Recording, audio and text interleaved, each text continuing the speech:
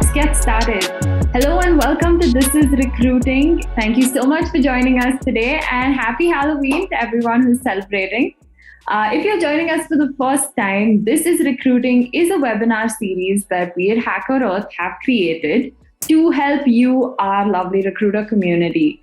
So we've been doing this for quite some time now, and what we do is we get in the best in the industry to give you their insights and share their stories about important topics that you have told us about that you'd like to hear. And hopefully you have some great takeaways from it as well. So today we have a very interesting topic that is going to be covered.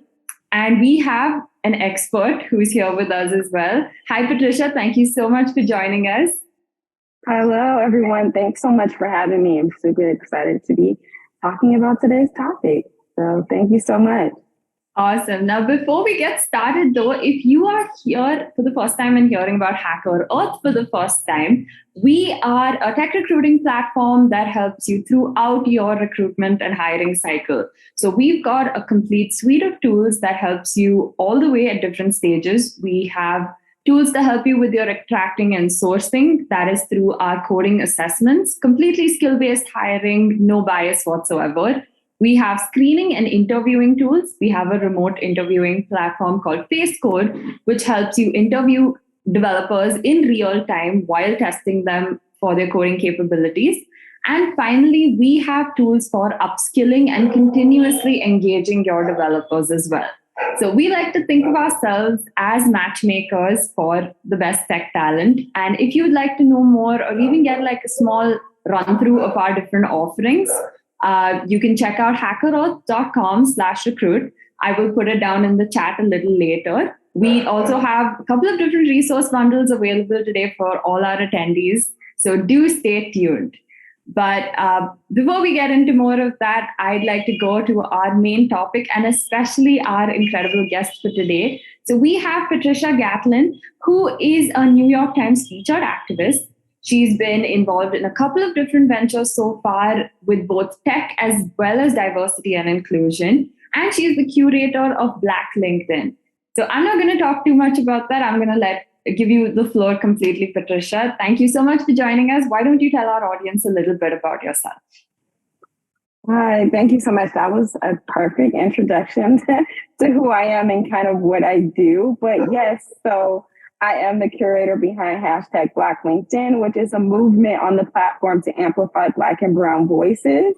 But in addition to that, my full-time career is obviously in talent acquisition. I'm a talent acquisition coordinator.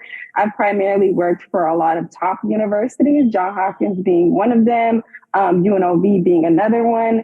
And also in addition to that, I'm also fluent in things like database management, ATM systems, learning management systems. So that is primarily where my tech skills tend to come from. But I've also done a lot of different things when it comes to operations and helping develop out some startups in that space as well. So yeah, that's a little bit about me. Awesome. Thank you so much. So an interesting thing to everyone in our audience today is that Patricia actually did a blog with us as well a few months ago. It's a super interesting read. So once this webinar is done, I would highly recommend, checking that out. I'm just going to put the link down here. It's an awesome blog. And if you have a chance to go through it, it's about the same topic about DEI and tech as well. But let's address, some of the other questions that our recruiter community has had, which is why we had this whole webinar in the first place, right? So the first thing, can you tell us a little bit about the current state of diversity in tech roles? Right. The current state of diversity in tech roles, a lot has been focused on primarily two areas, which has been getting more women within the tech industry, and primarily seeing a lot of those women move up into more C-suite type of spaces. And then secondly, it's also been focused on what we would call BIPOC, which is Black and Indigenous people of color, and also being able to get them into the tech space, into different areas. And so a lot of what we have seen with the current state of those tech roles is, a lot more women have said that they still feel very isolated within these spaces because it is pretty much a male, dominated actual industry. And they have said that they have, have seen a decrease per se in their performance overall because they are more susceptible to being, discriminated against in different ways. Well, that was at about a 20% rate that women were saying that, according to McKinsey reports that are out there right now. And some of these reports predate COVID, but we still find those reports valuable. In addition to that, we also seen that a lot of Black and Brown employees feel even more discriminated or outcasted within these workspaces, with an increase of up to 40% of them saying that they have felt, that their performance has been affected or that they are experiencing some forms of discrimination. So that's kind of like the current status of tech roles, and just seeing like, the question of how do we get more people into these roles that are women, that are diverse persons of color, is maybe even addressing why they don't want to go into these roles. And that being the sense of not feeling safe or feeling protected once they're in these companies.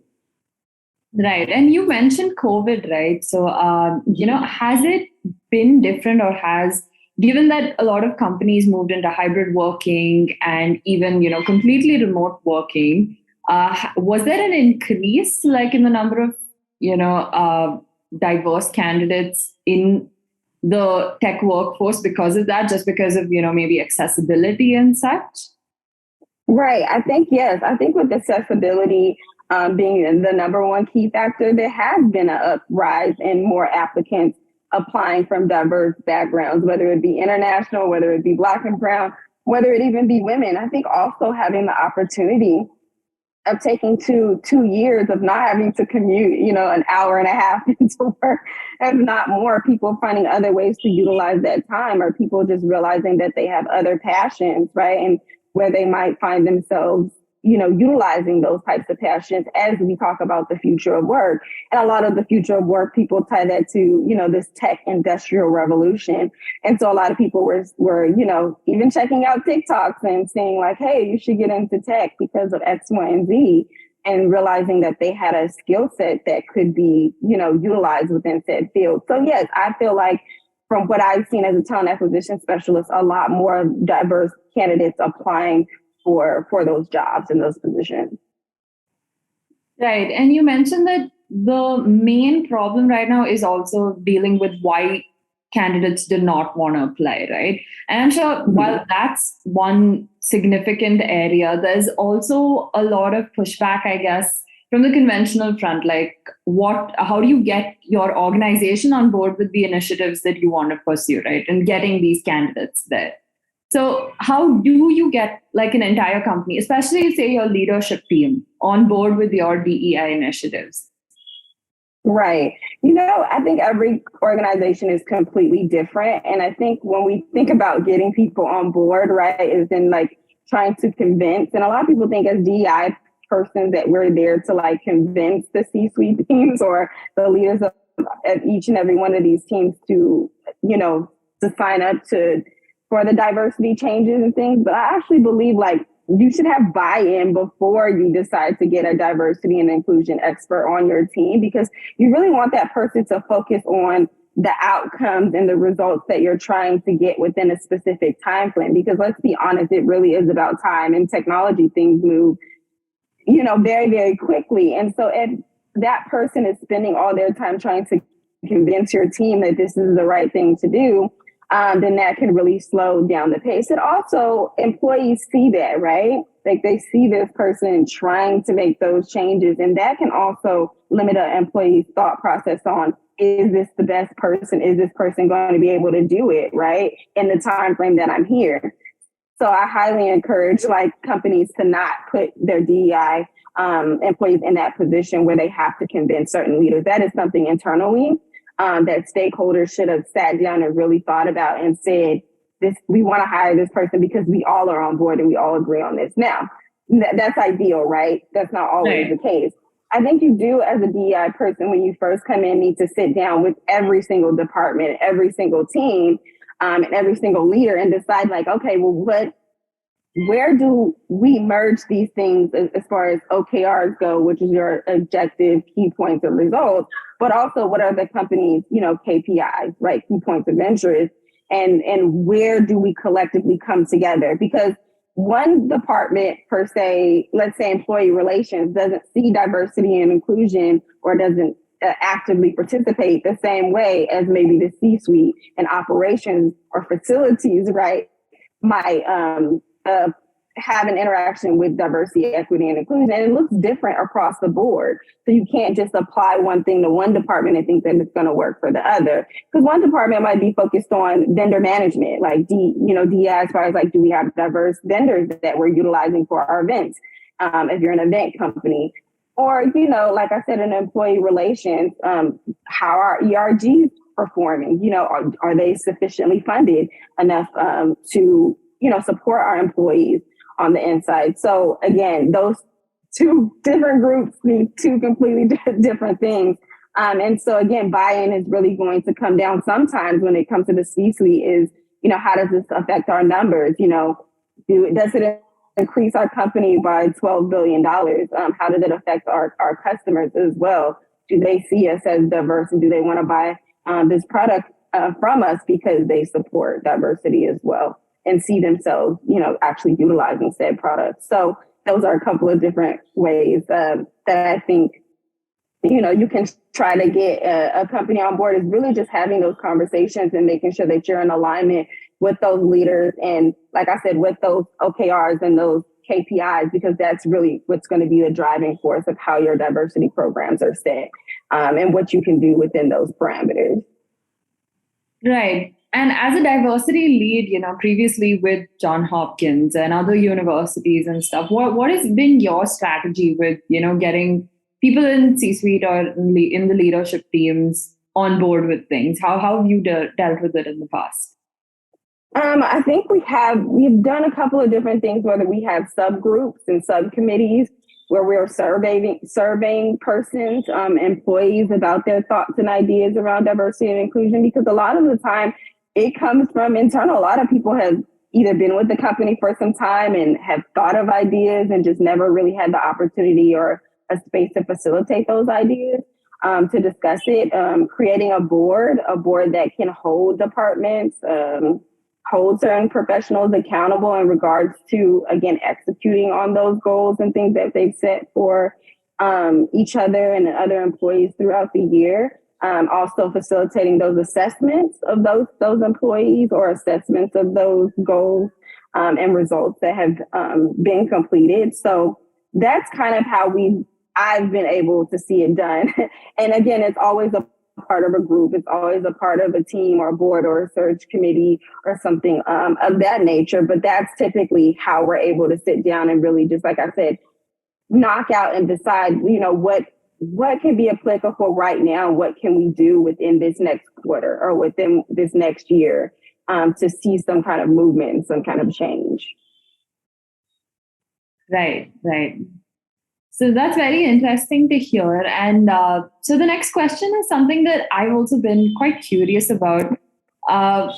What would you say is the most difficult part of implementing a DEI program specifically for tech hiring? Because these are questions we get a lot where people don't know where to start. And the whole thing seems like a bit of a void. It seems like, just a large commitment to take on, I think, a lot of times. And I think, maybe simplifying the process or even explicitly stating right away that, okay, these are going to be your major roadblocks, right? And the rest is going to be pretty easy. So I think that would probably help our community greatly, like at least the audience here right now. Right. The most difficult part with implementing DEI programs, I think, for tech hiring is really, for me personally, I think it's come down to not just creating pipelines and pools, that is a very big part. Where are you going to source these candidates from? Where are these persons, that are going to be coming into our actual company? And we see companies doing this a little bit more, and that's kind of my area of specialty, right, as a talent acquisition specialist. But I said things like, okay, like if they don't exist, you have to create them, right? And so now we see an upkeep in a lot of companies creating apprenticeship programs or having paid internship opportunities or having partnerships, right, with coding boot camps and things of that nature, doing a lot more community outreach, like university outreach and engagement, but beyond that, even going all the way into like high schools and maybe even prior to that as well. So I think, you know, that the difficult part is to hire somebody, they have to exist. And so that being like, go back to the beginning and figure out how to create people that exist in your pipeline, right? So that can be difficult within itself because it takes a lot of time, money, and resource. So that is one area of like pipeline actual building and spending time in these communities and showing your face and showing your resources or providing them with resources consistently. Because sometimes what happens is you go into the community, you provide one resource, and then they don't see you again. And so that could be difficult because people need consistency and they need to know like this is an ongoing relationship. And some of these, again, more diverse communities that don't have the same equity as other communities. And then in addition to that, I think there's been areas for me that I've seen like the timeline of hiring, like a lot of diverse candidates don't have 3 months of interview time, right? To just sit there and wait, like whether they're in between jobs or just simply like, you know, they just don't have the time. They have families, they have lives and so forth and so on. So I've seen a lot of candidates start to drop out of the pipeline that were great candidates, but they're like, hey, I got another job offer somewhere else because you guys took 3 months to screen and do all the things to get them, you know, in the final interview stages. And so that is also a difficult part is how do we speed up that process and still remain equitable? Does it actually take that long? Because I've never been a developer, but I mean, 3 months seems ridiculous. Yeah, I think, you know, it depends. There's different laws and regulations that sometimes need to be met on the hiring end. Like, you know, the amount of so many candidates, how diverse, you know, companies have their own rules and regulations too about how many of this needs to be in the pipeline before you can move somebody, you know, through the screening phase and then through the interview phase. And so sometimes to be equitable, sometimes they're kind of impeding and kind of slowing down their own process. And so again, that becomes one of the difficult moments. Okay, do we do the right equitable thing? And we hold out for a little bit longer until we get more women in the pipeline or more persons with, you know, disabilities? Or do we take the pipeline that we have, but it's majority white males or Asians or, you know, not the demographic that we might want to target and be more equitable and fair to. And so again, that has been a part of that system. A couple of difficulties in that system that I personally have noticed, but also in, you know, language that's being used as well in regards to, you know, being a little bit more gender neutral, talking directly in regards to the work as something that both men and women can do. And also having people of Black and brown or disabilities or whatever in the interview process, because a lot of those people are working extremely hard. So then you got to figure out, okay, well, what interview can you sit in to make this person obviously feel included and equitable in that process as well. So those are just a couple of things that I've noticed that can be a little bit more difficult. It's just building it in, right? Integrating it at all different levels of, you know, pre-hire, like we talked about, screening, interviewing stage, and then even after onboarding is making sure that those teams are also equitable and literally work with that person that they're actually bringing in. Because again, within itself, that's a whole nother problem that I've seen with a lot of candidates is they get inside and people don't actually want to work with them on their team. So It's interesting that you mentioned that, you know, the most difficult part is probably the sourcing thing. I think many people in our recruiter community feel the same way, which is why the next question is, what are some creative ways to proactively source tech candidates from underrepresented communities? Right. It is super. I know, because like this is something that I actively do for a living. And again, like I've realized like my best approach is showing up in those communities. Like you cannot show up once, you cannot provide a resource once. I mean, tech is in real time, it's in real life, it's constant. That's the reason why TikTok is so big right now, is because people are giving what they say, like in real time advice, although it might not all be like, true to fact, but people want information as fast as they can get it. And I think companies need to decide, like, you can't just sit behind a computer and just, do bullying searches all day long and think that you're going to reach this community of persons, because let's be honest, like everybody might always be online, but they're not always at a computer. You know what I mean? And it's different accessing data on your cell phone than it is accessing data on a desktop. And so for me, I think it is about community outreach and engagement, and it is about providing resources to them so that they know within a good time span what they can do. So that means like creating roadmaps. This is a roadmap to what it means like to be a software engineer. This is a roadmap to what it means to be in cybersecurity or a data analyst, like, because if you don't know where you're going, you don't know how much time it's going to take you there. And again, in underserved communities, whether it's women or Black and Indigenous people of color, time is of the essence. And so people are really mapping out their lives these days and really trying to execute and capitalize on the time that they have. So again, going to universities and colleges and reaching out to those students earlier, the better. I think being a community liaison, I think going to libraries, because again, some people aren't taking the college route, right? So sometimes we can be biased by only going to colleges and not thinking about other community rec service centers and things of that nature, where a more general population, maybe a non-technical population might even exist, and never have really thought about tapping into that industry. So again, I think that is kind of something that I've been good at. And if I don't know the language, I bring somebody who does know the language. Like, I'll show up to Jewish events. I'll show up to Asian events, Black and Brown events that are going on, that are popular in culture. And people ask me, hey, what do you do for a living? And I tell them, hey, I'm a talent acquisition specialist, and I have a niche in tech. I do database management and learning management systems. And that just opens up a conversation. So that's just been a few different ways that I've been able to do it. And also, thanks to COVID, there's been a lot of conferences online and summits, the LGBTQ in tech conference, or a disability person's teachers in tech conferences that I've even showed up to and like even spoke on behalf of. So again, diversifying where you get your talent and not just primarily living online. You actually have to live in the real world with these persons as well, and show them, what it really looks like in human form. So have a heart and, lead with that, and have a heart for the community and a face in the community. And that's how I'm able to do it. Let's talk a little bit about, creating your own community as well, because that's what you've done, right? With the hashtag Black LinkedIn community. I think, and that's such an interesting story also. Can you tell us a little bit about that and how you got started with the whole thing, and, what's been your journey so far on, and the actual story behind creating it as well? I think that's pretty interesting too. Right. For me, it was during a time when, a lot was going on. I was just starting out, working at Johns Hopkins, being a diversity lead and sourcing. But at the same time, I was doing that part-time. I was a full-time, coordinator at a medical school. So here I was developing medical students and kind of running their residency interview process.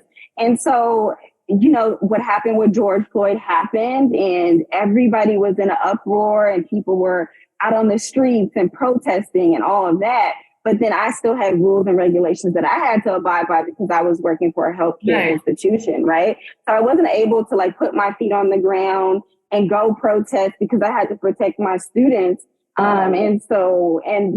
all the other healthcare professionals that I worked for as well, who are doctors and all of that, working in those communities, but teaching our students.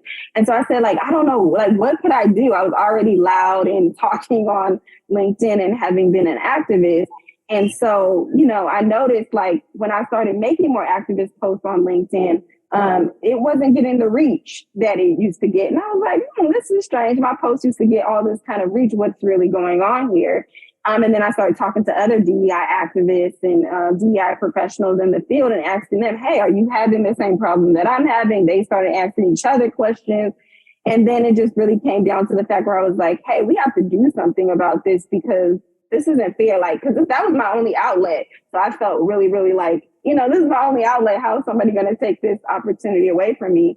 And so then I was like, hashtag Black LinkedIn has to come together and we have to do something about it. And then the next thing you know, we were, standing 10 toes down on the platform and talking about, the algorithm suppressing our content during a time when, everybody was posting Black squares and talking about, companies were pledging to, Black Lives Matter, and we were being suppressed. And so, or at least being flagged by a lot of other people on the platform who felt like it wasn't professional, but this is my job. This is what we do as DEI activists, is talk about these topics. And so anyways, that's how I got started. Next thing you know, I was featured in the New York Times, and then, other DEI activists as well were featured in that. And that kind of just highlighted the movement. And so I decided to expand that into a community and a company page where I'm continuously doing what I always said that I wanted to do, which was amplify Black and Brown professional voices on and off the platform.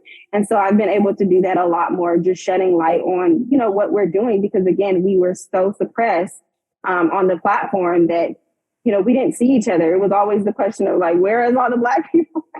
We know we exist in these spaces, but we couldn't find each other. And so again, like Black Twitter, it just became a centralized place so that we could always hear each other's voices and support one another. That's a really great story. And it's so inspiring that, you found the problem and acted on it so quickly and, recognized something as like algorithm suppression. That's quite big. Have you seen any differences, after starting out? And I mean, I think it's been like about a year or two, right? Since it started. Like 2.5 years almost. Yeah, like almost 2.5 years or so. But yeah, I mean, like I said, we have seen a difference. I mean, obviously, people couldn't tell, but obviously on LinkedIn now they have their creator program that they've launched. Right. And I think that is kind of one of the things from the backlash of the whole not amplifying Black and Brown persons, that they've been like, okay, well, let's hire more Black creatives. But again, my comments on that is everybody hires Black creatives because Black creatives produce income. Like, that's not the same way as just amplifying. Again, as I said in the New York Times article, the janitor all the way up to the CEO. Amplifying a creator is not the same as amplifying the janitor to the CEO, and having that range of diverse stories. Because even during COVID, as you could tell, LinkedIn didn't do a very good job with amplifying essential workers that were on the front line. And they didn't. Let's just be honest. And again, I think that is just a continuously ongoing problem or something that they need to like really focus on highlighting, is being a little bit more equitable when it comes to what is professionalism, and not, Eurocentric, centralizing what that is, especially when there are a lot of hardworking people from the ground up, that look like me and you. So, and they deserve to be amplified and acknowledged just like anybody else, whether they have a blue check mark next to their name or not. So that's what hashtag Black LinkedIn is all about.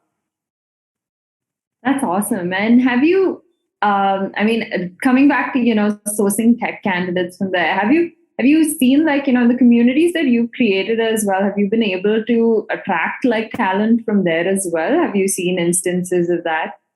Oh, yes. I'm also the owner of newbiesintech.com, which is what I created because I was a non-traditional tech hire, right?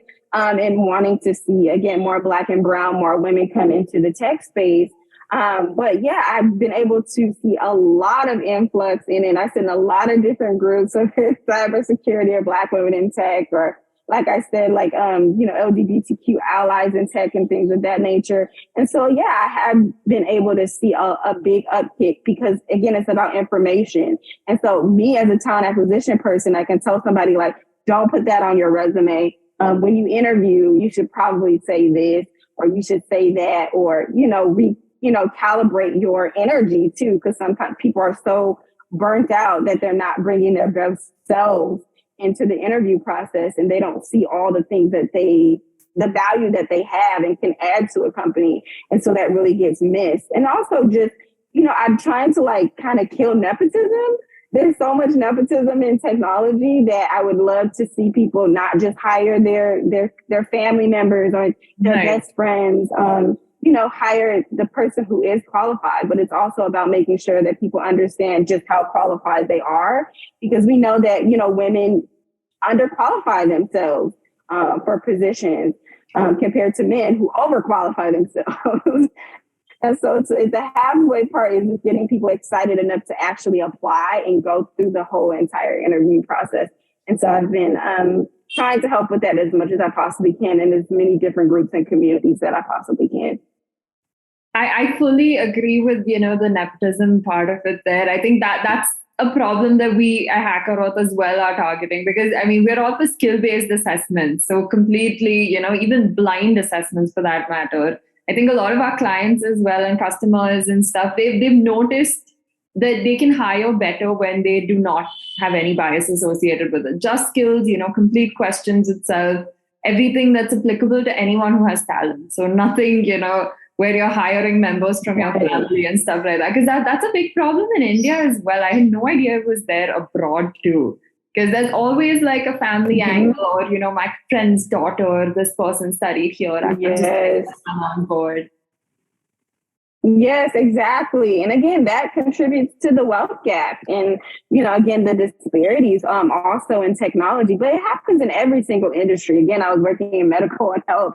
Of course, it happens there as well. But I think we want to try something different, again, because we are talking about the future of work. And, a lot of people see tech as, again, an industrial revolution for their generation to create wealth for themselves, generational wealth for themselves. And so we have to stop doing some of the things that we've previously done to undo that and to, give more and better opportunities. And also we still have to develop those people, even if they meet minimum qualifications.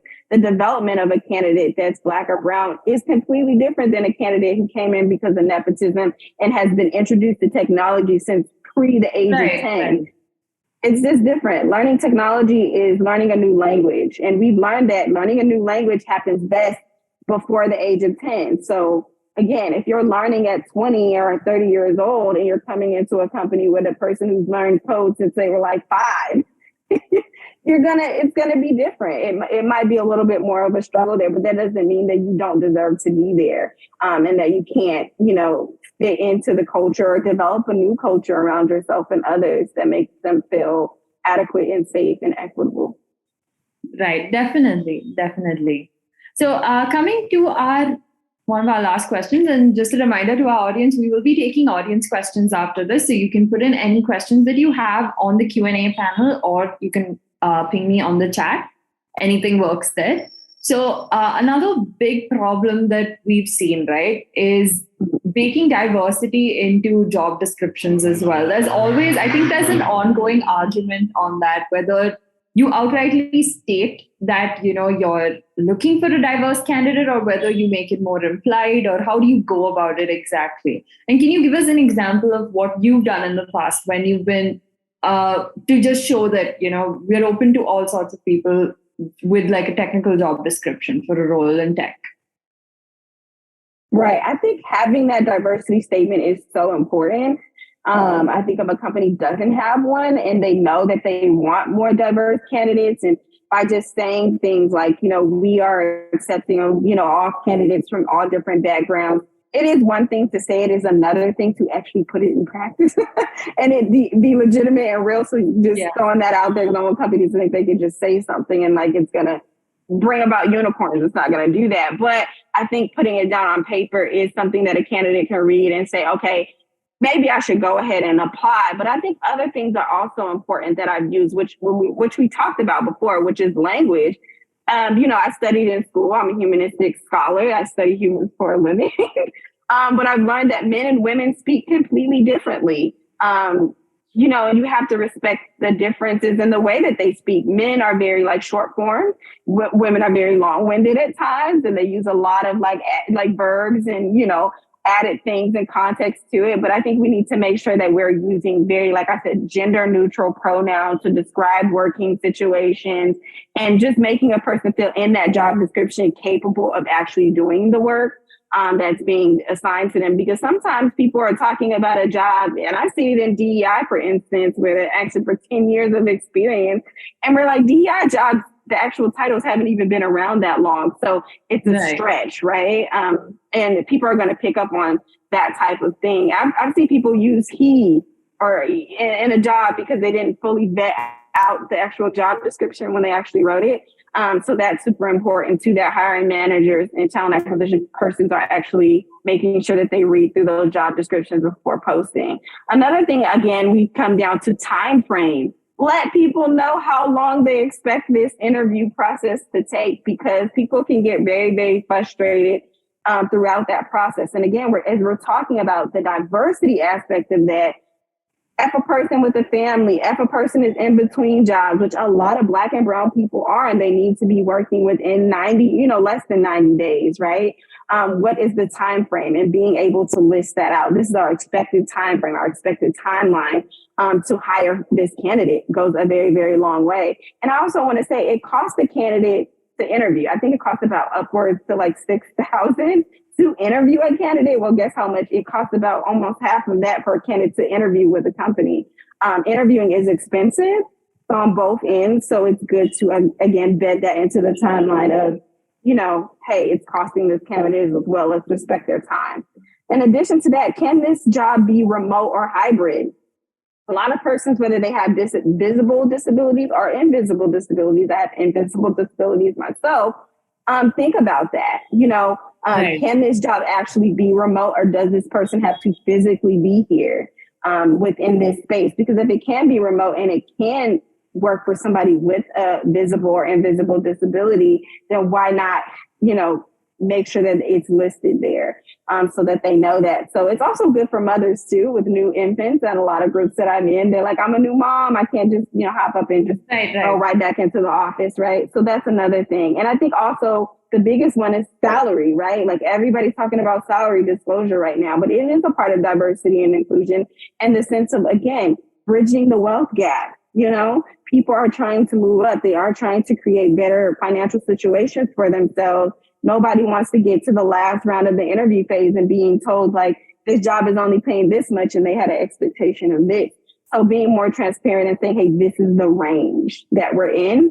And, again, if a person asks for something and they meet those minimum qualifications or above those minimum qualifications, pay that person equitably so that they are able to actually exist within the workplace and be happy with the work that they're doing, because salary is important. Let's be honest. It is a huge part of it. So you can't just like substitute that with like snacks and things of that nature and, free passes to the gym. That's great and all. It's nice to have, but also, again, so are these other things that we're talking about. So this is how some ways that I've been able to like bake things into our job descriptions for our technical and also our non-technical professionals as well. I think salary is such a controversial topic right now, though, whether, you include it, whether you don't. It's nice to know that you are one of the people who does favor inclusion as well. I think quite a few guests that we've had on webinars as well, mostly when we've spoken about salaries and job descriptions, everyone's like, yeah, we should do it. Why are we not doing it yet?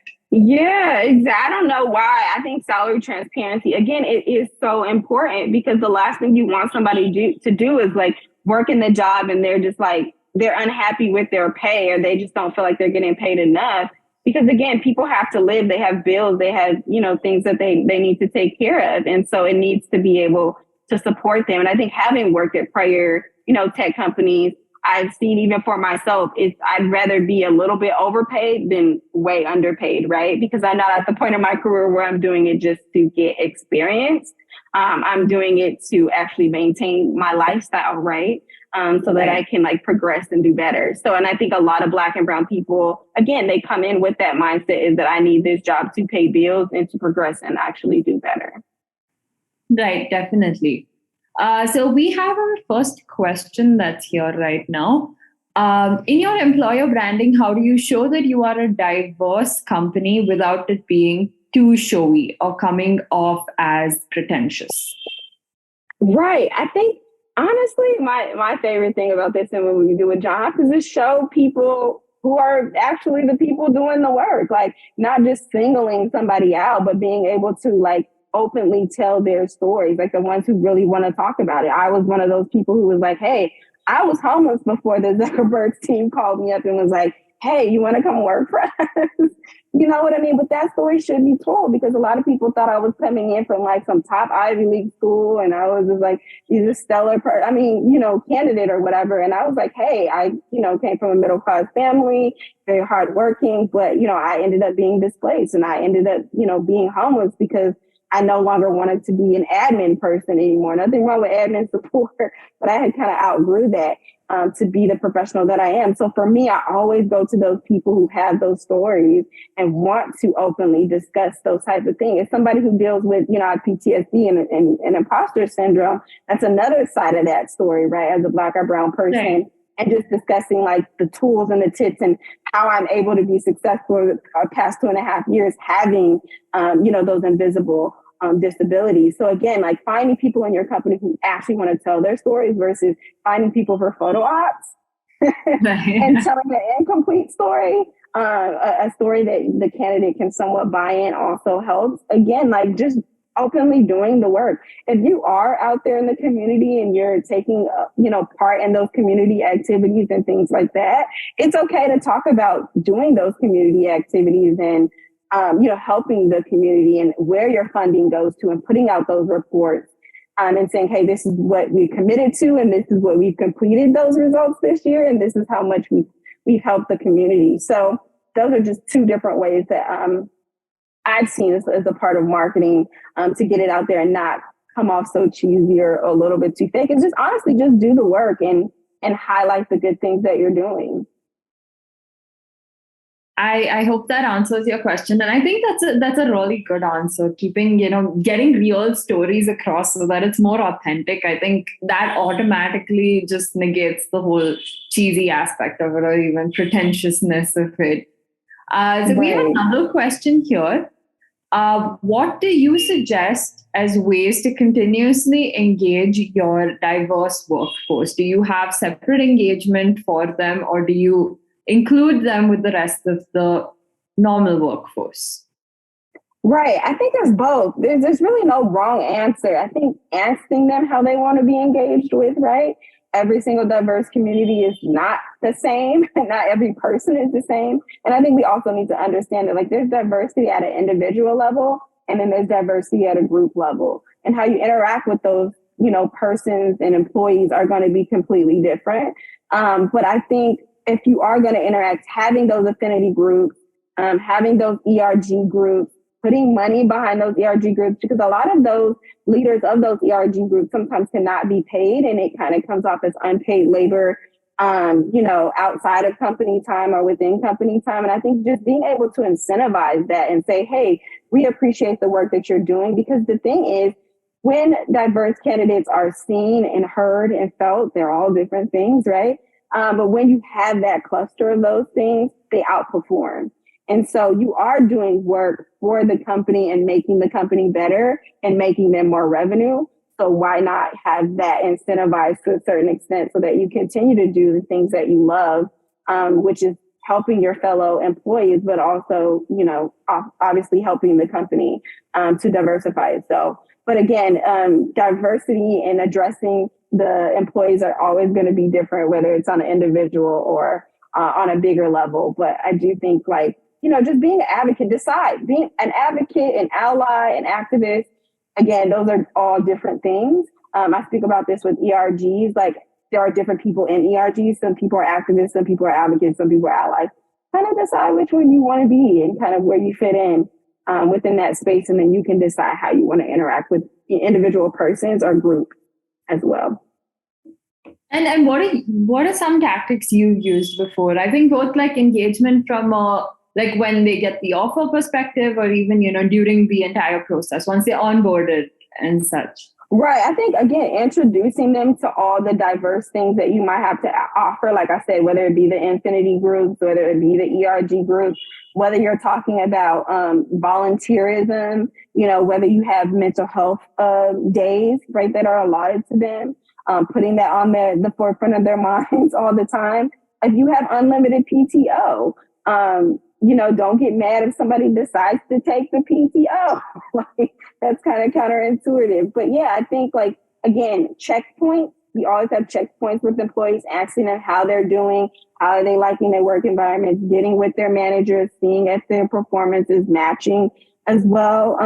Sometimes anonymously asking those questions as well, because a lot of people don't want to publicly just say like, hey, I'm struggling with my team. I'm not getting the kind of response that I, thought I would be getting from them, or I don't feel like I fit in. And, working with managers and teams to figure out what they could do to actively help that diverse candidate feel a little bit more included within those spaces. Obviously, diversity, equity, and inclusion, and then belonging as well. So all those things happen at many different stages in many different ways. It could be a one-on-one coffee chat allotment per, month or so, where it's like, hey, take your a coworker out for a coffee chat and get to know them and write something down, and then kind of, be able to report back, at the end of the month of all the people you've met and some really cool and unique things about them. But those are just a couple. There's so many different ways that people can do things, but that's just a couple of ideas. Awesome. So we have another question here. Thank you for this. Have you led or helped lead an employee resource groups? Voluntary employee-led groups aim to foster diverse, inclusive workspaces. If yes, what advice or resources do you recommend tapping into for helping engage and grow internal Black and non-Black ERGs? Right. Yes, I actually have. I've been super involved. It's funny because I work in higher ed, so I've done a lot of these different things with students and ran like student-led events that are around ERGs and things of that nature. And as far as like research, I think it's going to be, for me, it's always based on location. What are the resources there? What are the people in the community that can come in and either give lectures on certain topics and things that are super important at the time that might be a little bit more niche specific, right? Like somebody might know more about what it's like to have lived through a protest. You know what I mean? What Black Lives Matter meant back in the 60s. If you have a civil rights activist, that person that's able to come in and talk about their experience then, because it might be relative to things now, or, the Latin and Hispanic community as well. And like, what's going on within their communities and the Asian communities too. So again, I think the resources are going to be different, but there are things like you can find things on SHRM. There's this one site, I think it's called Chinzy, which is primarily like focused on all things ERGs, whether it's like collecting data or managing ERG groups, managing funding that goes into ERG groups. There's actually like, they have like layouts for dashboards and things for data analysts to utilize to be able to track those, again, those OKRs and KPIs within those groups within themselves. There might even be some resources, again, through programs at your actual company that they might have technology-wise, where you're able to pull reports into that, those systems for those ERG groups. But yeah, there is a list, and hopefully I'll be able to provide something to Rebecca that she'll be able to share out to you. Yeah, definitely. So many different ERG. If you literally type in ERG data tools or management tools or something like that in Google, like you will find so many companies now, which I think is absolutely great. Some of them have even reached out to me to test some of their products, so I can't like say openly quite yet, but I think there's a lot of resources that are going to be becoming available within the upcoming year. So awesome. So I hope that answers your question. With that, okay, thank you. I'm familiar with SHI, my SHRM. I hope you can share some resources for a new and growing company, please. Thank you. Yeah, definitely. Sure, well, definitely. I also think, whoever, it's an anonymous question, but whoever this is, like, do follow Patricia on LinkedIn. You'll get, some of her amazing insights there. She's continuously posting about different resources she's come across as well. And you can check out some of our blogs too, because Hacker Earth have also written a couple of different articles on the same topic. Maybe not with respect to ERGs in particular, but I think, based on what resources you give me, we can probably create a blog around that as well. Right. With that, I think we are done. If you have any other questions, please put it in here. I think we have time for one more. Okay, I think we're mostly done then with the questions.